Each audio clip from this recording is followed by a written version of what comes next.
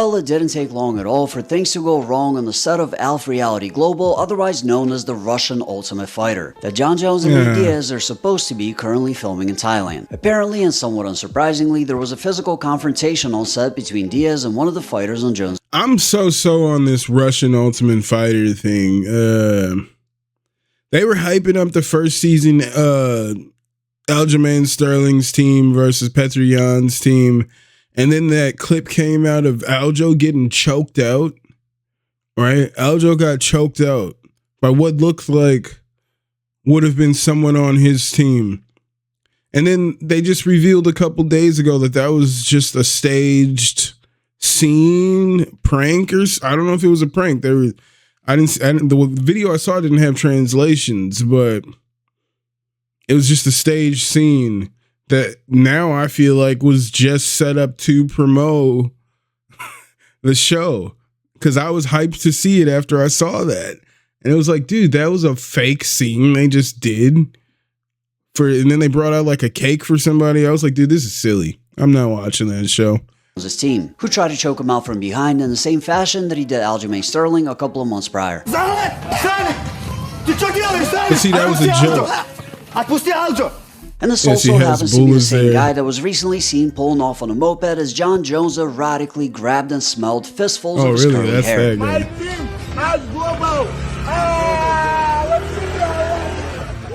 The fighter in question is named Zalikhman Yusupov, and he fights out of Makhachkala, Dagestan. Although, unlike most fighters, why is he on both seasons? Is he like, why is he there with Jon Jones? He was on the first season of the show. Why is he on this season too with Jon Jones? But he's not that. He's recently had that not the best run at MMA. From Dagestan that American fans are familiar with, Yusupov holds a horrendous 1917 record, losing 8 of his past 10 fights, but is ironically nicknamed the Submission King. And I wonder if that's because he keeps choking people out from behind as they're just standing there and minding their business. Just skimming through a couple of episodes of this show, it becomes apparent that this guy has some serious issues, as he's constantly flipping out and sucker punching his housemates. Правильно он мне руку, да ты что хочешь, чтобы я ему, бля, щеку просто, ты что, угораешь, что ли, ты что, пугаешься? That guy was supposed to be his friend, believe it or not, but I guess that's par for the course for this show in general, as it's the Russian Ultimate Fighter in name only. Realistically, it's a mix of every trashy influencer reality TV show in existence, combined with street beefs and topped off with a little dash of bum fights, with almost every single interaction playing out something like this. Отвечай за свои слова! Я за свои слова отвечаю!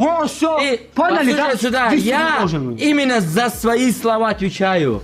Не, слушай меня, ты не отвечай, ты уже отказ!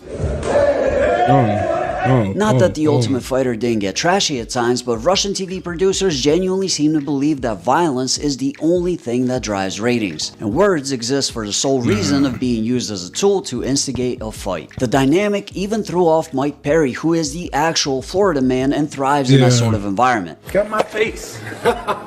Get my face.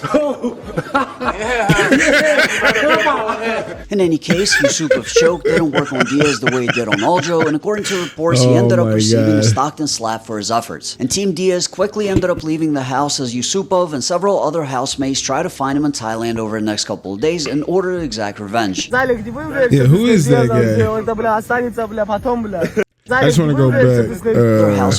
When Nate and them came to Milwaukee, I didn't get to meet Nate, but I met Jake Shields, and this guy, I forgot his name. I think I followed him on Instagram, but I didn't get a picture with him. I didn't know who he was.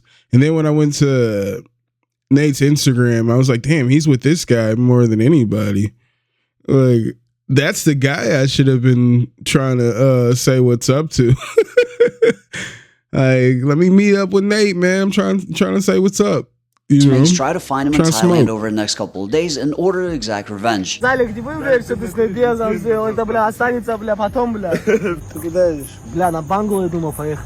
Банглу? Да. Там же Майя. Да, Майя вообще нету, там ничего не было.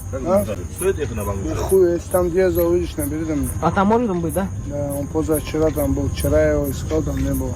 Да, чекошный, бля. Если вдруг увидишь, набери. Да, я его увижу, бля, я его, бля, поймаю где-нибудь, бля. Да? Если вдруг увидишь, сразу набери. А что, блядь, что делать? Может, на Банглу с нами поедете, не?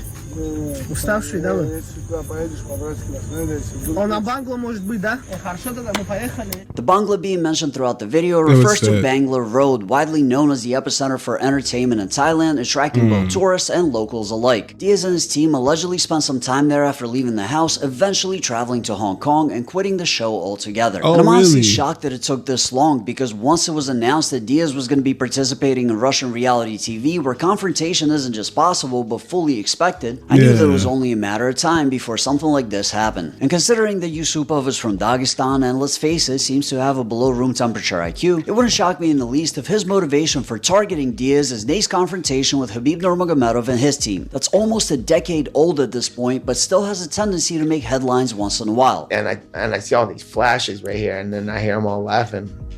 I turn around at all these Ewok looking 20 of them, and they're all turn around laughing.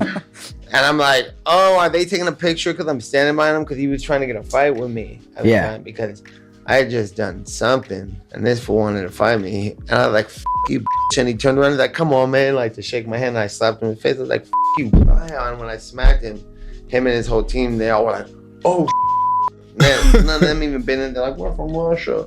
We're crazy. I'm like, yeah, they never been in no fight, you job. And so I was like, your show anyway, and I left. And then Jake lost the fight, and I was mad, so I came back. And I was like, this bitch, and I ran up on him. I shouldn't have. It was very reckless. That was reckless. Yeah. Self-destructive. I ran up on him with everybody, and they were scared. Scared might be a stretch, as it led to a pretty big confrontation in the casino lobby with chairs and other objects thrown between both camps, hence the hard feelings that clearly remain to this day. But we can all agree that in 2025, both Khabib and Nate are far too old to actively worry about what the other one is doing. But for someone like Yusupov, who is a mediocre 31-year-old fighter who has absolutely no chance of making it into the UFC, doing harm to Nate might have seemed like the perfect opportunity to get into good graces with the Nurmagomedov camp in order to advance his non-existent career. As I already mentioned, this guy is clearly not smart, because being the reason why a coach leaves the show, especially one that was reported to have been paid a ridiculous sum of money, will likely bring about the direct opposite result to what he was expecting. I seriously doubt that Zalik Yusupov was an integral part of the show, without whom it simply couldn't go on. Nate Diaz, on the other hand, I'm sure the producers are pissed. I think at least some of this comes from the misunderstanding of who Nate Diaz currently is as a person. Because of his reputation, people expect him to be totally reckless and down to fight at a moment's notice. But he's now a 40-year-old man with a family who strategically uses his image to secure opportunities, but is otherwise relatively chill in his day-to-day life. For example, he easily avoided Jake Paul's attempt at baiting him into a brawl at their first face-off.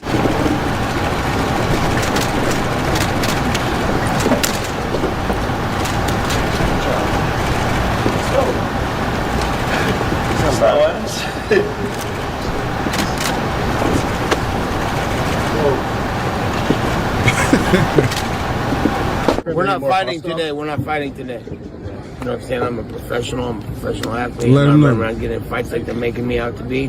They got these young YouTubers out here making attacks for clout and, message sent. Don't f with me, I ain't f with you. And that seems to be the attitude that he took with him to Thailand. In every clip I've seen of him, he was either staying to himself or very polite. He even had a peaceful conversation with Jon Jones about Islam Makhachev's status as a lightweight GOAT, of all things. He's saying that he's a little new in the sport still. Yeah, he's got a lot of work to do before. But he has a big future. You got a big future. Big future, but I think that same Habib career not long. Yeah, not very long. And just started the pressure just to make the fight start. So it's done a lot. You kept on keeping on, and I still are. I feel like How's this even arguing? the longer you're on top, the more time your opponents get to study your footage. People fixate on fighting you instead of the next opponent. And it's starting. Yeah, it gets harder and harder the longer you stick around, we get older. And then they're yelling at you, and you're like, you started since me. I'm not sure what happens to the show from here, and honestly, I doubt that only having one coach will somehow decrease its quality, as all anybody seems to do there is argue and brawl everywhere except the octagon, and nothing about his structure makes any kind of sense. I mean, Yusupov choked out Aljo in the last season, yet here he is on the next season doing the same exact thing, as if there's no actual point to having seasons at all. But hopefully, Nate Diaz got paid his money and learned a lesson about not taking every single offer that comes his way without doing proper research first. But that's just my opinion. Let me know what you think in the comments down below. Like the video if you liked it, and if you want to see more videos. shout out to GK, but I just thought about that. That's kind of genius. You know, you don't necessarily need the fighters to win a competition and then go on and hopefully they become a champion that people still care about.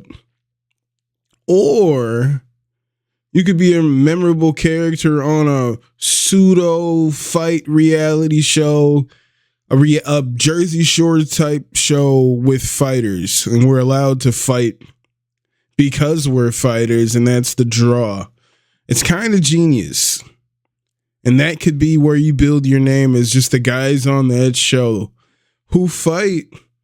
Might not, like that guy's 19 and 17, but I now know who he is just because he's a fucking clown on this Jersey Shore fight show. So, I don't know. It might be kind of genius. I know it's trashy, but it's, god damn it, it's entertaining. But head on over to GeeKay's page. Let them know that mama sent you. All right.